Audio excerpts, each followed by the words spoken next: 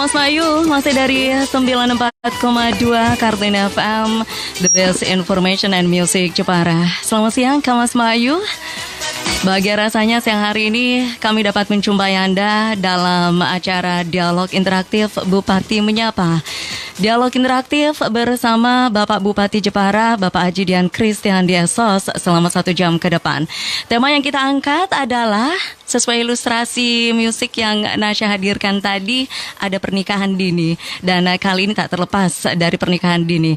Tema pokok siang hari ini adalah dispensasi nikah naik, ada apa? Nah, itu dia Kak Mas Mayu tema kita siang hari ini. Dan Kak Mas Mayu bisa bergabung, berdialog bersama Bapak Bupati Jepara melalui line telepon Kartini FM di 591290, SMS dan WhatsApp di 081325050387, dan akun Facebook Kartini bisa Kak Mas Mayu manfaatkan siang hari ini ya.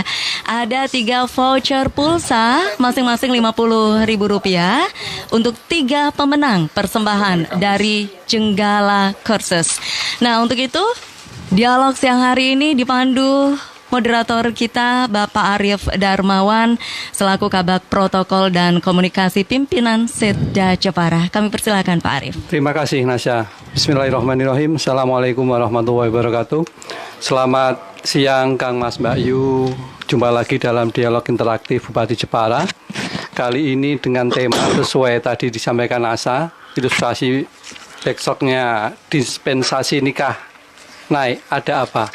Nah, untuk menjawab itu Kang Mas Mbak Yu, di studio telah hadir bersama kita, yaitu yang pertama tentu saja komandan acara ini Bupati Jepara, Bapak Haji Dian Christian Diesos, atau lebih akrab kita sapa Mas Andi. Assalamualaikum, selamat siang Mas Andi. Selamat siang, Assalamualaikum warahmatullahi wabarakatuh. Oke, matur nuwun Mas Andi juga hadir bersama kita sesuai tema ini, yaitu Ketua Pengadilan Agama Jepara, Bapak Haji Faik MH. Assalamualaikum Pak Faik. Waalaikumsalam warahmatullahi wabarakatuh. Juga hadir Ibu Kepala Dinas, ini dinas terpanjang di Kabupaten Jepara, DP3AP2KP, Dinas Pengendalian Pemberdayaan Perempuan dan Perlindungan Anak, Pengendalian Penduduk dan Keluarga Berencana. Itu dia, dinas terpanjang di Kabupaten Jepara. Ini kita usulkan untuk mendapatkan Bu, rekor muri. Wina, assalamualaikum, sugeng siang. Assalamualaikum, sugeng siang. Juga hadir ini Ketua Dewan Pendidikan Jepara, Pak Bandi. Pak Bandi ini karena orang provinsi sehingga beliau ngagem pakaian adat untuk hari Kamis ini. Baik, terima kasih para narasumber. Kang Mas Bayu, bahwa beberapa hari ini di Kabupaten Jepara, terutama di Jagadmaya, kita disibukkan dengan satu pemberitaan yang sebenarnya secara substansi itu menyesatkan. Karena di headline berita tersebut disebutkan 240 siswi SMA berbondong-bondong begitu ya, mengajukan dispensasi nikah. Ini sehingga membuat banyak kalangan sempat bertanya-tanya ada apa ini sebenarnya. Mas Andi, Ya. Menanggapi adanya pemberitaan tersebut, Mas Andi, mungkin apa respon dari Mas Andi selaku Bupati Jepara dengan adanya berita yang cukup menghebohkan itu, Mas Andi? Mohon penjelasannya. Baik, jadi saya ucapkan selamat siang ini untuk pendengar setia Radio Kartini FM. Mestinya tadi jam 1 ya? Ya. Mohon maaf ini agak terlambat karena tadi juga habis. Banyak tamu yang antre tadi. Ya, kebetulan ada Ketua BNNP ya, untuk Jawa Tengah ya. Jawa Tengah itu kan tadi ada habis juga Jepara ini ternyata ya persoalannya banyak ya. Iya. Nah, ini ada persoalan pernikahan yang hari ini heboh begitu, terus Ada inovasi membuat kue. mana dia. Memang orang Ternyata Jepara ini kreatif. Kreatif Nah, ya maksudnya. cuman kreativitasnya ini harus kita luruskan kreativitas Pada yang jalur baik, yang pas. gitu ya. Nah, ini kita kembali ketemu di Radio Kartini terkait dengan pemberitaan yang kemarin sempat ramai dan heboh, itu bukan hanya di Jawa Tengah tapi bahkan nasional begitu. Saya kira ini pemberitaan yang sangat kurang memberikan pendidikan kepada masyarakat. Jadi oleh karena kita perlu luruskan. Ada jumlah 240 pemohon dispensasi nikah kan begitu kan. Iya. Dan itu dikatakan semuanya itu adalah siswa SMA dan bareng-bareng bondong-bondong rame-rame Bondong-bondong. karena hamil duluan begitu. Kasihan Nasya nanti gitu. Itu sebenarnya tidak seperti itu. Ya. Jadi kalau soal dispensasi nikah itu memang ada, itu juga diatur di dalam undang-undang kan begitu ya. Ya. Berikan dispensasi itu seperti apa yang menjadi persyaratan-persyaratan di sana. Nah, hanya dispensasi yang disampaikan kemarin itu kok seolah-olah anak-anak SMA pelajar ini bermoral yang tidak baik begitu ya. Sebenarnya tidak begitu. Mereka memang lulusan sekolah minimal itu sekolah dasar ada. Artinya dia sekolah dasar itu tidak kemudian baru lulus SD pasif terus sesuk nyeluk dispensasi nikah, itu bukan seperti itu. Ya. Jadi dia lulusan sekolah dasar itu karena basic pendidikan formalnya hanya sampai sekolah dasar. Itu. Terus kemudian ada yang SMP, SMP juga demikian. Dia basic pendidikan formalnya hanya sampai di sekolah menengah pertama. Sama juga yang di SLTA, SMA dan SMK tentunya kan seperti itu.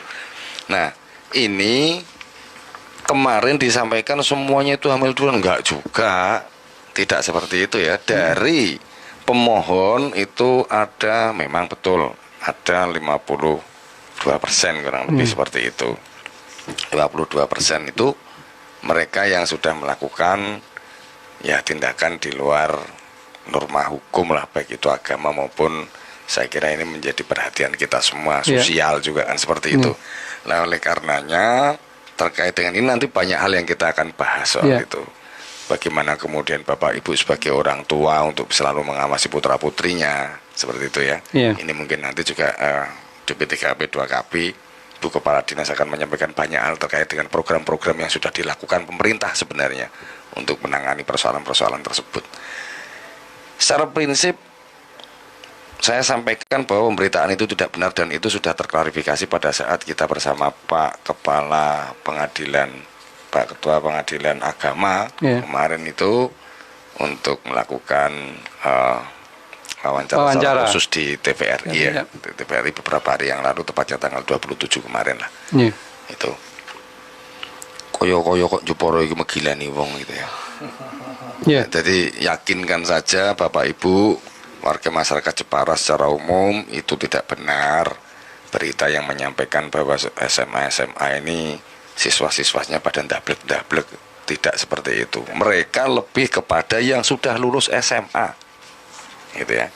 Yang sudah lulus SMA, kemudian memang selak kebelet kawin. Neng perkara Undang-Undang 16 tahun 2019 itu mengatur usia minimal perempuan untuk bisa menikah itu di 19 tahun, sehingga itu ada permohonan dispensasi.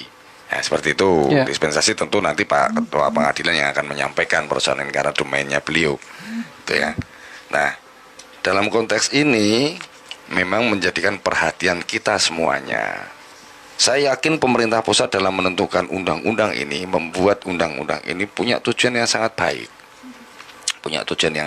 Yang pertama, kenapa sih harus 19 tahun?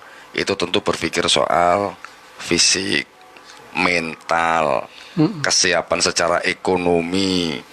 Nah, ini nanti juga kalau bisa berkembang ke sana, perceraian itu juga ada pengaruh dari kemampuan ekonomi di dalam sebuah keluarga. Itu juga ada persentase-persentase, nanti Pak Ketua Pengadilan yang akan menyampaikan karena beliau pasti punya data soal itu.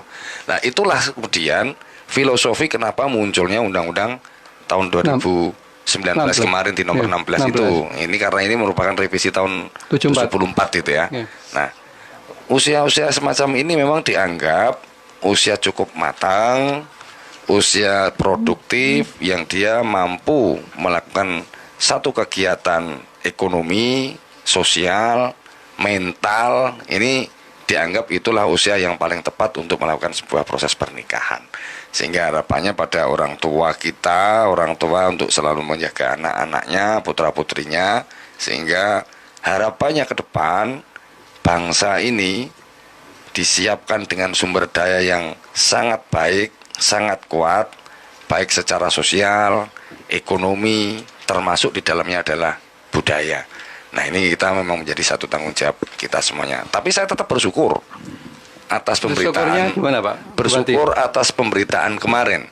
Artinya ini untuk pembelajaran kita semuanya, para orang tua, untuk selalu mengawasi putra-putri kita, baik itu ada dalam lingkungan sekolah maupun di lingkungan keluarga dan masyarakatnya. Saya kira itu, Mas Arif. Maksudnya kita orang tua diingatkan dengan berita dengan cara yang mungkin sangat mengejutkan. Sangat mengejutkan begitu. Ya. Karena kemungkinan sekali orang tua ini juga tidak, atau mungkin belum sempat gitu ya, melihat, mendengarkan kondisi yang seperti itu di lapangan itu seperti apa. Terkadang lupa atas kegiatan putra-putrinya juga seperti apa gitu. Bahkan juga belum tahu terkait dengan Undang-Undang Nomor 16 Tahun 2019 itu sendiri. Nah, maka oleh karenanya dengan seperti ini ya, ini API numpang tenar sosialisasi undang-undang tersebut. Nah, saya kira itu. Baik, diambil sisi positifnya di situ. Oke, Pak Bupati, matur nuwun. Ke Pak Ketua Pengadilan, Pak Faik. Pak, tadi Pak Bupati menyampaikan soal dispensasi nikah, Pak Faik. Nah, kriteria seperti apa sih, Pak, sehingga seorang pemohon begitu, misalnya untuk dispensasi menikah itu dikabulkan permohonannya, Pak Faik? Mohon penjelasannya, Pak. Terima kasih banyak. Kaitannya dengan kriteria itu sebetulnya itu menjadi domain hakim, domain hakim, sehingga Hakim DPA, Pak ya, Pengadilan Agama. Pengadilan Agama, Pengadilan Negeri juga sama. Dispensasi itu bukan hanya domain Pengadilan Agama. Betul. Hanya khusus untuk yang Islam Pengadilan ya. Agama, yang selainnya di Pengadilan Negeri. Ya. Jadi kita punya tugas bersama sih sebetulnya, tidak hanya Pengadilan Agama, Pengadilan Negeri juga. Iya, baik. Hanya kebetulan karena memang di sini itu mayoritas Muslim, gitu ya. Sehingga yang mencuat itu adalah orang yang memang mengajukan ke Pengadilan Agama. Iya, baik. Perlu juga kami sampaikan bahwa domain atau kriteria dikabulkan tidaknya itu adalah merupakan domain hakim dengan pertimbangan-pertimbangan dan segala hal yang mereka pertimbangkan. Bahkan ketua pengadilan saja itu tidak punya hak untuk mengintervensi. Kecuali sebagai hakim ya. Karena sesama hakim pun tidak bisa, tidak bisa. Jadi itu pertanggungjawabannya adalah langsung ke atas.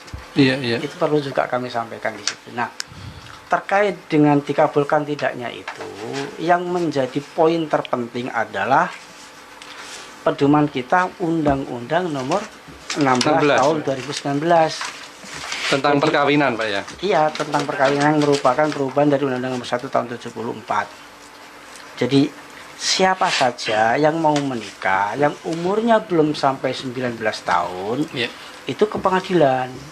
Kalau Muslim ke Pengadilan Agama, kalau non ke Pengadilan Negeri, seperti itu. Kemudian masalah hamil atau tidak itu bukan jadi kriteria utama.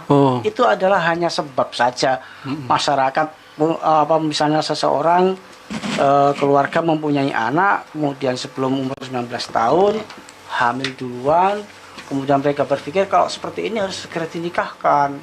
Nah, ke KUA lah mereka. Ke KUA, setelah diteliti umurnya kurang, KUA kemudian mengeluarkan surat penolakan untuk menikah, sehingga harus dibawa ke Pengadilan Agama. Itu juga kami tanyakan, ada enggak surat penolakan dari KUA?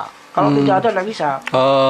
Prosedurnya itu, Pak ya? Iya, tetapi kan seperti ini, ketika perkara itu masuk, kan kriteria-kriteria persyaratan kan kita sudah siapkan. Menurut Perma Nomor 5 Tahun 2019 itu hanya 6 saja. Namun kita tambahkan, tidak hanya 6, sampai bahkan ada yang sampai 14. Di luar Perma yang mengatur itu ya, Pak? Iya, Perma dan ditambahkan. Tambahannya misalnya ijazah terakhir itu sebetulnya tidak dimasukkan oleh Perma itu.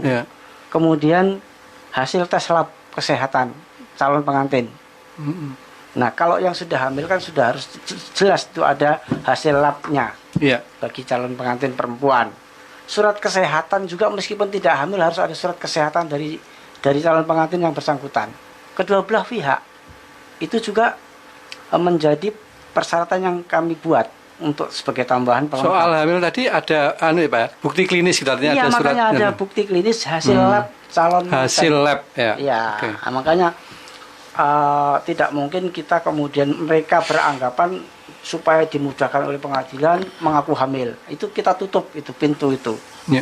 Supaya tidak jangan sampai itu jadi penyelundupan hukum masyarakat. Supaya gara-gara Istilahnya penyelundupan hukum ya Pak? iya kan dimudah, seolah-olah kalau sudah hamil dimudahkan untuk dikabulkan. Iya. Padahal faktanya misalnya tidak. Itu kan penyesatan kan itu namanya. Iya. Nah itu kemudian ada juga tambahan KPAI, rekom dari KPAI, meskipun itu bahasanya dalam undang-undang itu dapat. Dapat itu kan berarti kan pilihan, bisa iya bisa tidak.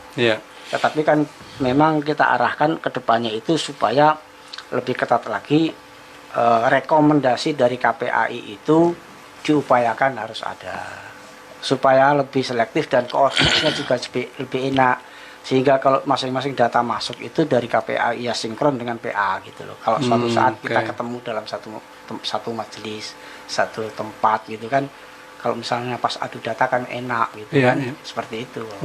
Pak Faik Manturun. Kembali ke Pak Bupati ini, Pak Bupati. Sebagai bupati yang juga dikenal dekat dengan kalangan remaja dan anak muda gitu, Pak Bupati sebetulnya tipologi atau karakter remaja di Jepara itu seperti apa sih Pak? Karena mungkin tadi Pak Bupati sempat kan kreatif, orang Jepara itu cepat adaptif, menerima nilai-nilai baru, terus kaitannya dengan ini seperti apa Pak? Dengan Pak Bupati ini. Baik, ini yang menarik nih. Basicnya kreatif, cepat adaptasi, kan begitu ya. Lah yang menjadi repot itu adaptasi ke persoalan yang tidak baik ini. Nah, ini yang menjadi repot itu. Jadi kan banyak budaya-budaya yang kemudian masuk ke kita. Maka Bung Karno itu dulu menyampaikan bangsa ini berdaulat secara politik, berdikari secara ekonomi. Ini tertuang juga loh sebenarnya.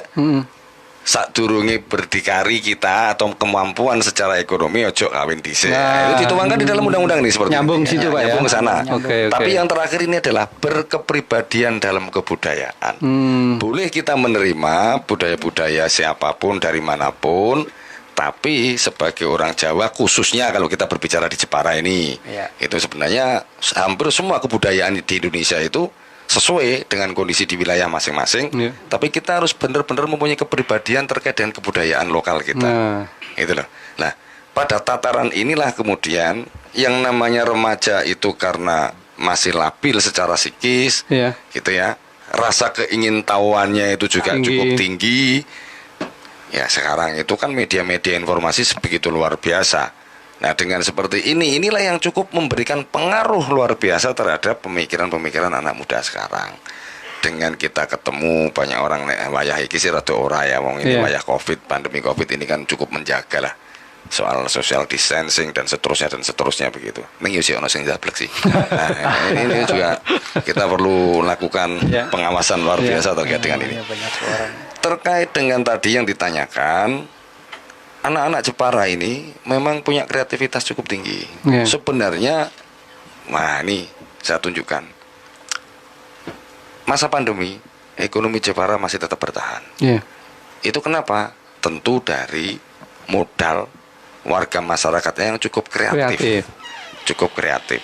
Dia mampu membuat produk-produk dengan potensi lokal, kearifan lokal yang ada. Ini tidak hanya orang tua saja, tapi generasi-generasi muda ini juga ada.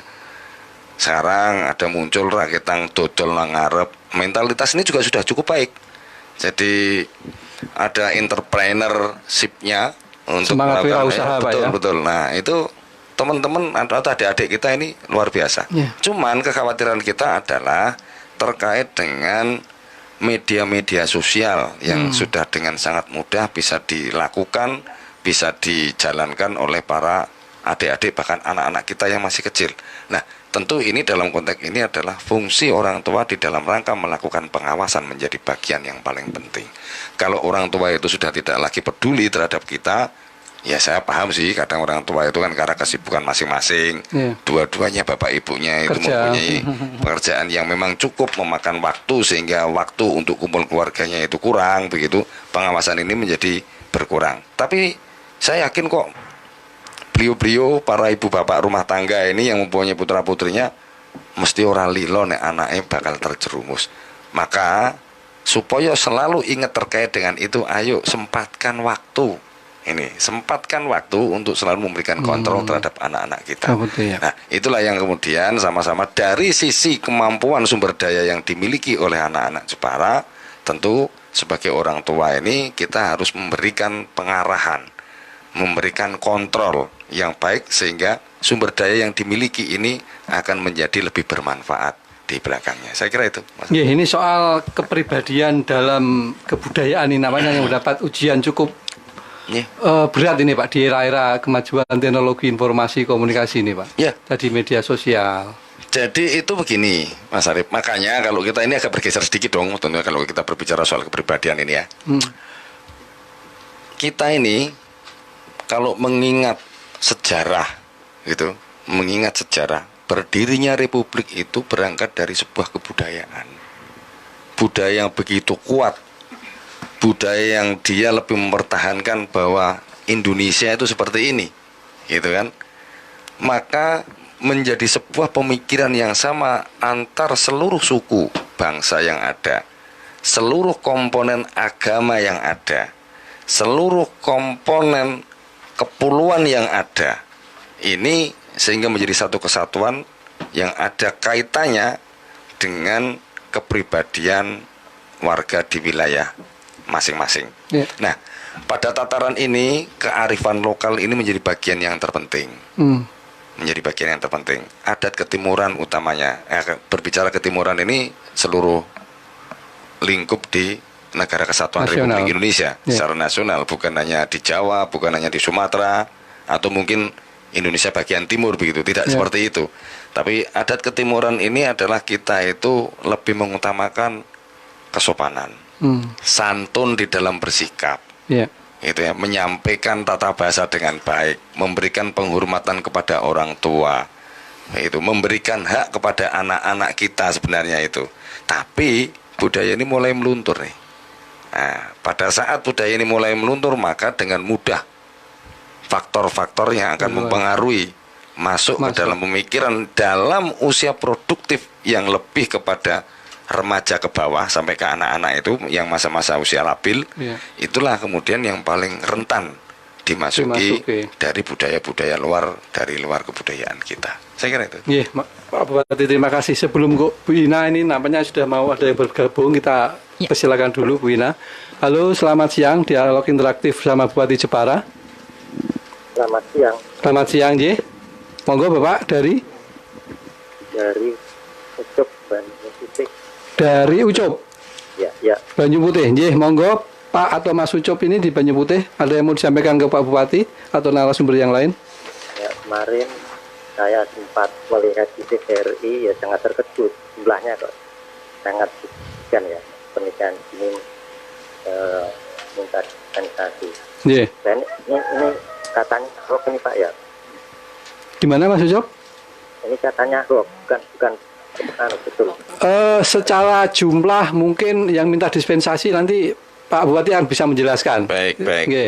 Ini sekarang umpama kebetulan jumlahnya begitu banyak, ini umpama ya. Bagaimana terus tindakan atau upaya kerjanya pemerintah daerah untuk menekan atau meminimalisir agar jumlah pernikahan ini atau hamil di luar nikah ini bisa terkendalikan atau ditekan ini Pak Bupati. Terima kasih. Assalamualaikum warahmatullahi wabarakatuh. Waalaikumsalam warahmatullahi wabarakatuh. Mas Ucup di Banyu Putih, matur nuwun. Mungkin yang pertama Pak Bupati ini yang baik. Angka itu sebenarnya tadi kalau dikatakan hoax, memang tidak semuanya itu hoax. Artinya substansinya ini yang menjadi kita khawatirkan orang ini menjadikan pemahamannya berbeda, Bang Ucup.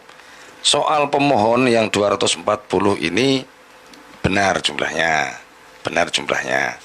Artinya di dalam pemberitaan tersebut itu bahwa dikatakan semuanya adalah siswa SLTA dan itu semuanya adalah hamil duluan. Itu yang menjadi tidak benar informasinya.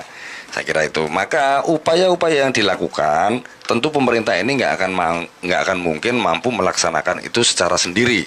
Tangan pemerintah juga ada keterbatasannya. Maka yang paling penting, tadi sudah saya sampaikan, orang tua ini menjadi yang lebih dominan. Karena kalau kita hitung mereka para anak-anak kita yang sedang melakukan proses sekolah, belajar lah begitu ya, itu waktunya di sekolahan berapa jam sih? Di luar itu adalah di rumah, di gitu. Keluarga. Makanya ini peran orang tua menjadi bagian yang paling penting untuk selalu mengawasi, mengontrol, mengarahkan anak-anaknya, mana yang baik, mana yang kurang baik, bahkan mana yang tidak baik, itu harus dikasih tahu sehingga anak-anak ini menjadi lebih mengerti, memahami arti sebuah kehidupan yang akan mereka lakukan, mereka jalani setelah mereka menginjak masa usia remaja dan dewasa. Nah, ini kalau dikatakan pemerintah nanti seperti apa, nanti Bu Kepala Dinas akan menyampaikan pula program-program yang selama ini dilakukan itu oleh pemerintah melalui DP3AP 2KB itu ya, itu saya nanti akan salah orang artinya yang Kepala Dinas di ini orang ngomong kan begitu kan. Nah itu karena soal berapa anggaran yang diberikan, apa saja program-program yang dilakukan, itu kita bagi-bagilah soal ngomong seperti ini. Saya kira itu Mas Ucup yang tadi dari Banyu Putih untuk pertanyaannya, termasuk tadi untuk 240 pemohon saja ini ada sisa yang tidak direalisasikan kok. Itu. Karena realisasinya tidak semua disetujui, tidak semuanya ya, disetujui permohonan itu. Karena tadi sudah disampaikan Pak Ketua PA bahwa ada syarat-syarat yang memang kemudian itu menjadi haknya hakim pada saat menentukan. Tentu pertimbangan-pertimbangan ini adalah hak hakim untuk menentukan mana yang harus bisa diberikan dispensasi dan mana yang tidak harus diberikan dispensasi karena alasan-alasan tertentu. Nah ini kalau saya ditanya yang seperti itu alasannya nopo nggih kula mboten ngertos. Karena saya tidak melakukan proses peradilan itu sendiri ya begitu kan. Yang tahu mesti Pak Hakim ini yang lebih paham soal itu. Tapi kira-kira tadi yang paling penting bagaimana kemudian kita selaku orang tua selalu memberikan pengawasan, kontrol, arahan terhadap anak-anak kita sehingga mereka mengerti. Termasuk memberikan pendidikan seksual. Ini jangan menjadikan tabu buat kita gitu loh. Karena seksual ini mereka tadi kaitannya dengan anak-anak yang masih usia pemikiran labil, cenderung untuk ada rasa ingin tahu. Nah, rasa keingintahuan inilah kemudian harus dijawab oleh orang-orang tua sebagai bapak ibunya agar supaya mereka tidak lagi kemudian penasaran dengan hal-hal yang dalam pemikirannya pada saat itu. Oh iya, kayak itu. Oh, jangankan anak-anak, kadang orang tua saja masih penasaran. Nah, itu. Nah, ini kan harus kita juga bisa kita fair gitu loh. Jadi kita juga harus mampu menjaga itu sendiri. Nah, menjadi lebih repot ketika orang tua ini tidak mampu juga untuk menjaga rasa penasarannya sehingga itu ya nanti anaknya juga semakin bertambah seperti itu. Maka ini kuncinya adalah bersama-sama elemen masyarakat khususnya orang tua, pemerintah juga hadir dengan beberapa lembaga-lembaga yang kemudian mempunyai konsentrasi terkait dengan perlindungan ibu dan anak. Saya kira itu. Iya Pak Bupati, terima kasih. Ke Bu Ina. Bu Ina tadi Pak Bupati menyampaikan soal program kegiatan di dinas yang Ibu pimpin. Kalau tidak salah di DP3AP 2KB ada program nikah keren. Duta Genre atau generasi berencana. Nah itu mungkin bisa dijelaskan Bu Ina tentang program-program yang untuk remaja ini Bu. Ya, terima kasih Mas Arif. Jadi untuk kami di Dinas DP3AP 2KB yang mengampu tugas dan wewenang di bidang perlindungan anak, perempuan, dan juga di bidang KBKS ini banyak hal yang bisa kita lakukan di dalam rangka kita memberikan edukasi, kemudian memberikan informasi juga, konseling kepada masyarakat termasuk anak-anak remaja. Nah terkait dengan apa yang kita lakukan di dalam rangka kita memberikan edukasi, pembinaan dan konseling sudah kita lakukan sejak program itu ada gitu nih. Nah, kalau yang namanya nikah keren gitu ya, memang ini adalah sebetulnya ini adalah inovasi dari Kabupaten Jepara. Oh, Gitu. jadi Bu, hanya ada di Jepara mungkin program ini? Ya, jadi ada program yang namanya pendewasaan usia perkawinan. Jadi berdasarkan undang-undang bahwa nikah pertama itu 19 tahun, baik menurut Undang-Undang Nomor 16 2019 baik laki-laki perempuan. Iya. Kita berharap menghimbau kepada masyarakat, anak-anak, orang tua agar menikah di usia ideal gitu Pak. Nah, usia ideal itu yaitu di usia bagi perempuan 21 tahun 21. dan untuk laki-laki di usia 25 tahun. Nah, Jadi di atas Undang-Undang 16 ini, Bu. itu usia ideal. Apa tujuannya gitu Iya. ya. Jadi tujuannya adalah bahwa di usia 21 tahun paling tidak pertama untuk perempuan sudah mencapai pendidikan yang sudah cukup gitu ya. Mereka juga sudah bisa berkarir. Iya. Kemudian di samping itu juga mereka sudah lebih siap untuk menghadapi sebuah perkawinan, baik secara fisik, mental, psikis gitu ya, dan siap menghadapi resiko-resiko di dalam sebuah perkawinan. Gitu. Jadi tidak hanya dilihat dari sisi enaknya saja ya, Bu. Betul. Sebuah lembaga perkawinan itu kan tidak enak terus gitu ya, Pak, seperti itu. Dan juga siap tentunya hamil, kemudian melahirkan dan mengasuh anak-anaknya dengan baik gitu.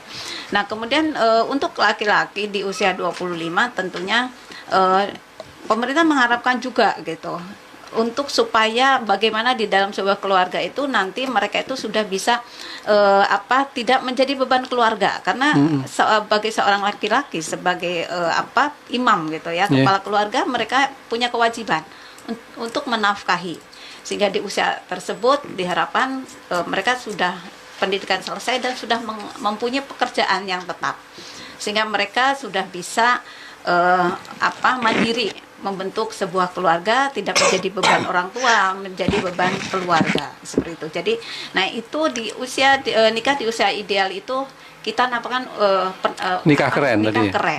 Nah ini kita sosialisasikan kepada masyarakat dan kita setiap ada menemukan pasangan yang nikah di usia itu kita selalu menginformasikan dan kita di dalam KIE kita punya beberapa alat lah sarana untuk KIE, misalnya ada kaos nikah keren, ada ngatung-ngatung, mereka kita berikan itu sebagai apresiasi dan bisa untuk memotivasi yang lainnya seperti itu. Itu antara lain seperti itu.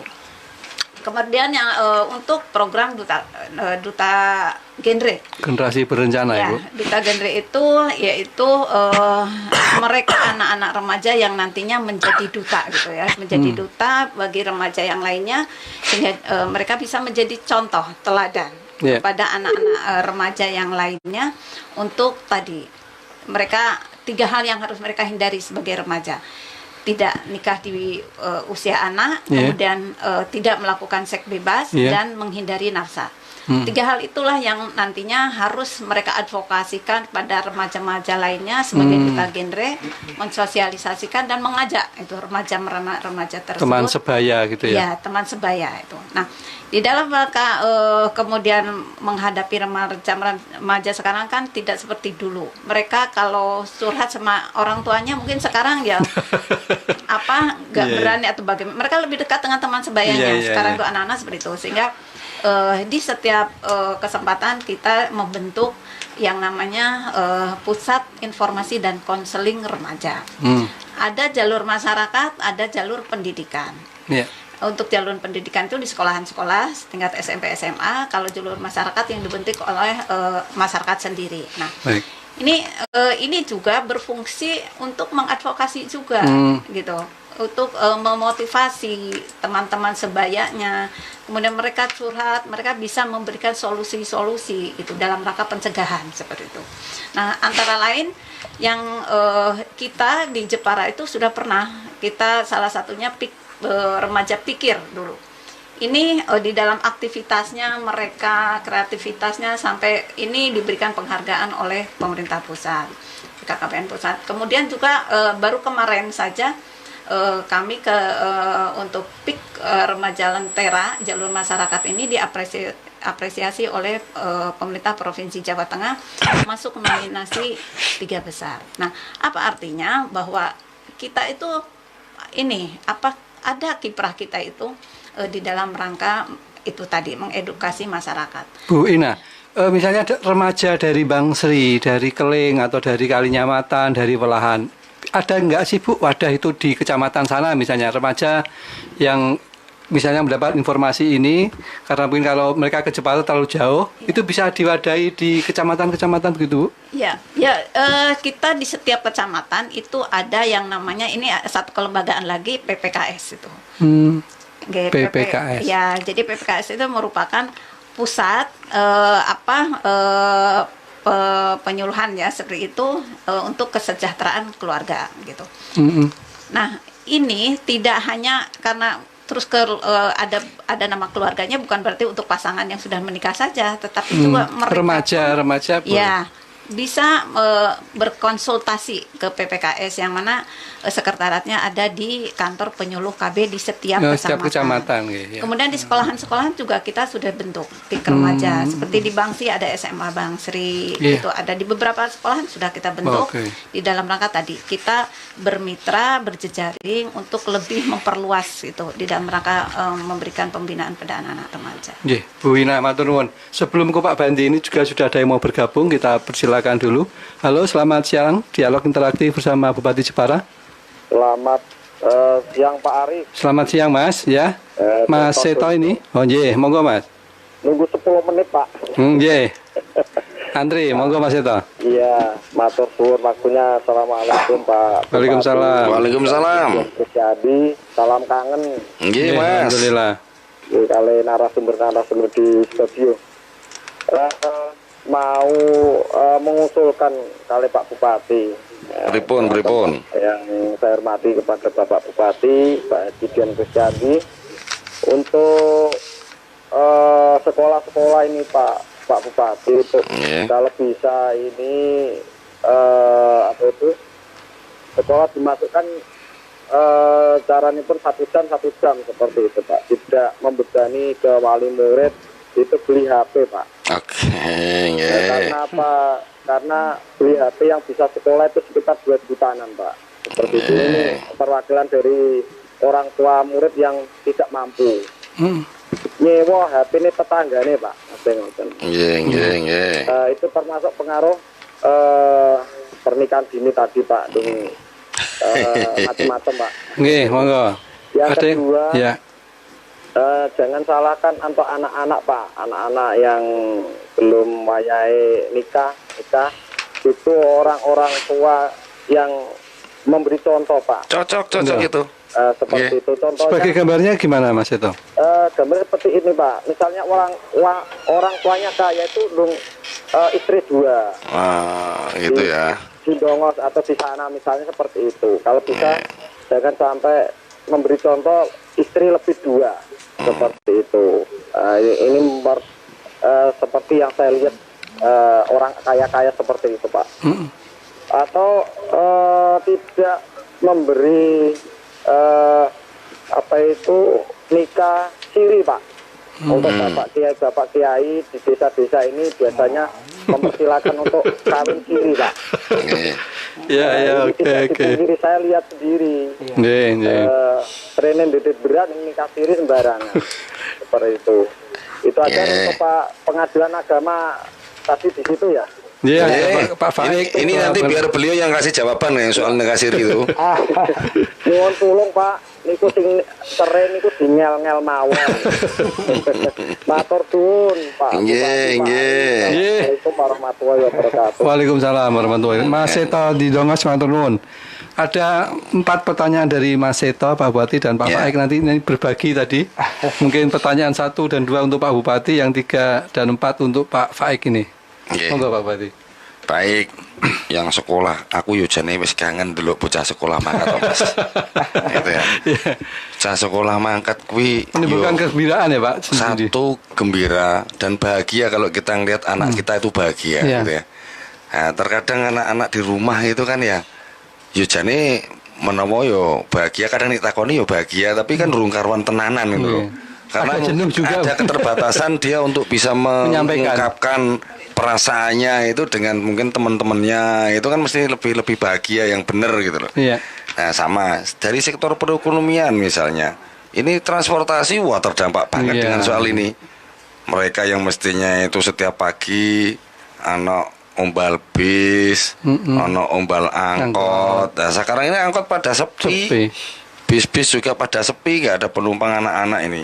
Nah, sebenarnya sama Mas Seto kita ini. Cuman kalau kita ini memulai itu, tentu kita masih memperhitungkan dengan kedisiplinan warga masyarakat. Ini menjadi semoga saja kita berdoa tidak dalam waktu lama lagi dengan didukung kesadaran masyarakat yang mulai membaik dan akan menjadi percontohan buat anak-anaknya, ini nanti akan segera dibuka kembali mungkin pembelajaran dengan tatap muka. Pertimbangan-pertimbangan dengan mungkin 1 jam ini kelas 1, nanti jam sekian ini kelas 2. Ini sudah sedang kita akan lakukan pengkajian memang. Kita lakukan pengkajian apakah memang itu sudah tepat untuk kita lakukan hari ini atau waktu-waktu sekarang ini atau belum. Tentu ini dalam harus ada pertimbangan-pertimbangan. Niko Mas Ito, nyun tulung sabar terkait dengan itu. Saya juga punya anak kecil, anak-anakku UCSD Mas Tunggere. Jadi sekarang itu ya lebih kepada kita yang memberikan, harus aktif memberikan, ngajari anak-anak kita itu. Sing janjane orang tahu moco, tadi sekarang ini ya hikmahnya orang tua menjadi ikut membaca juga, itu untuk memberikan mereka ini agar supaya lebih paham gitu. Terkadang itu yang sekarang pelajaran itu anak-anak itu lebih pintar daripada kita itu, makanya menuntut kita ya hikmahnya Mas Eto ini ayo bareng-bareng. Nah yang kedua tadi persoalan orang tua yang kemudian jangan salahkan anak, itu betul tadi sudah saya sampaikan, menjadi tanggung jawab kita semuanya termasuk para orang tua di dalam mengarahkan, memberikan edukasi, termasuk di dalamnya adalah memberikan contoh. Lah kalau ruang ini nikah siri dan seterusnya dan nikah lebih dari 2, ini nanti Pak Faik yang akan memberikan penjelasan soal itu. Karena ini bukan domain saya kalau soal siri boleh atau tidak. Nah ini Pak Faik nanti yang memberikan penjelasan. Lebih dari 1 boleh apa tidak, ini juga nanti Pak Faik yang akan memberikan penjelasan. Saya kira itu Mas Arif. Iya Pak Bupati, matur nuwun. Ini selanjutnya ini dilimpahkan ke Pak Faik ini Pak. Monggo. Dijawab. Terima kasih banyak atas pertanyaannya. Yang pertama yang ingin saya jawab adalah terkait dengan pernikahan siri itu ya. Iya. Jadi yang namanya nikah siri itu susah sekali kita deteksi.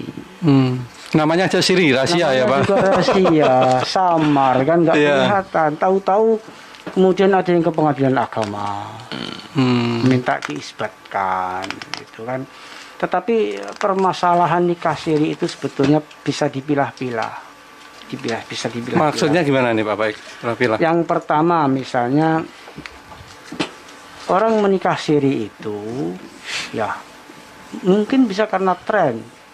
Jadi mohon maaf ya, termasuk orang yang tren ya Pak, punya kelebihan finansial, materi, kemudian di kalangan pengusaha, itu kan mereka biasanya saling gojekan itu ya, wah nggak jantan kalian kan, masa istri termasuk gengsi ini Pak ya, iya, akhirnya kan terus kemudian mereka gengsi dan eksistensi ini Pak, seperti itu, iya jadi itu trennya, tetapi ya saya tidak bisa mengungkapkan datanya. Baik. Karena itu hanya dari mulut ke mulut. Karena siri juga ini. Karena juga siri kan. Nah, kemudian yang paling mengkhawatirkan itu adalah yang tadi telah disebutkan itu, poligami siri. Nah, ini yang mengkhawatirkan kami. Tahu-tahu ke pengadilan minta diisbatkan. Itu putusan ketua Kamar Agama di Mahkamah Agung itu sudah melarang, memang tidak boleh. Jadi kalau ada orang mengajukan isbat nikah siri dalam perkawinan kedua dan seterusnya, itu nggak boleh ditolak, harus ditolak. Harus ditolak ya Pak? Iya, untuk apa maksudnya itu kan untuk menutup pintu. Kalau satu saja dikabulkan, mereka akan berbondong-bondong. Karena informasinya itu memang rame ramai banyak di masyarakat itu akan melaksanakan isbat nikah terhadap perkawinan siri, terutama yang tadi saya katakan di awal itu poligami liar. Poligami liar. Dan itu pelakunya ya yang memang punya potensi finansial yang cukup. Meskipun memang tidak bisa digebiah uyah, bahasanya kan tidak bisa dipukul rata. Digeneralisir ya, Pak. Karena memang mungkin ada satu hal yang sangat urgen sehingga dia melaksanakan hal seperti itu. Itu mungkin saja. Baik. Yang terakhir tadi ini Pak ya soal perceraian kalau bisa dipersulit. Nah itu dia. Saya tadi sudah katakan terkait dengan putusan diceraikan atau tidak, dikabulkan atau tidak, itu sudah menjadi domain hakim yang memeriksa. Kami saja, bahkan Ketua Mahkamah Agung saja tidak bisa mengintervensi setiap kasus yang sudah ditunjuk hakimnya siapa. Itu menjadi domain mereka. Kewenangan mutlak hakim untuk menolak atau mengabulkan. Berdasarkan kan ada pertimbangan hukumnya kenapa dikabulkan. Ada pertimbangan hukumnya kenapa ditolak. Semua pertimbangan hukum itu dipertanggungjawabkan. Kami secara berkala itu ada eksaminasi. Eksaminasi putusan itu seperti apa, kenapa dikabulkan, menguji dari keputusan ditolak, itu Pak. Eksaminasi seperti itu. Kemudian pertanggungjawabannya lebih penting kan yang di atas. Kenapa kok diterima, kenapa ditolak, kan pertanggungjawabannya ke atas, sama Allah. Itu yang berat. Makanya hakim itu tugas beratnya di situ, mengawal agar terjadi harmoni di tengah-tengah masyarakat. Kemudian yang tidak kalah penting lagi, setiap perceraian yang para pihaknya hadir pada saat sidang pertama itu hukumnya wajib untuk dimediasi. Perma nomor 1 tahun 2016 itu wajib. Harus proses mediasi dulu. Iya, harus dimediasi. Itu apa? Dalam rangka supaya bisa dirukunkan, supaya bisa dicarikan solusi-solusi terbaik agar mereka mengurungkan perceraiannya. Nah itu malah kan berarti kan pintu itu sudah dibuat sedemikian rupa, termasuk penasehatan majelis hakim pada persidangan pertama. Itu amanat perma hukum acara pasal 130 HIR. Itu wajib hukumnya. Baik Pak Faik, mungkin satu pertanyaan dari saya.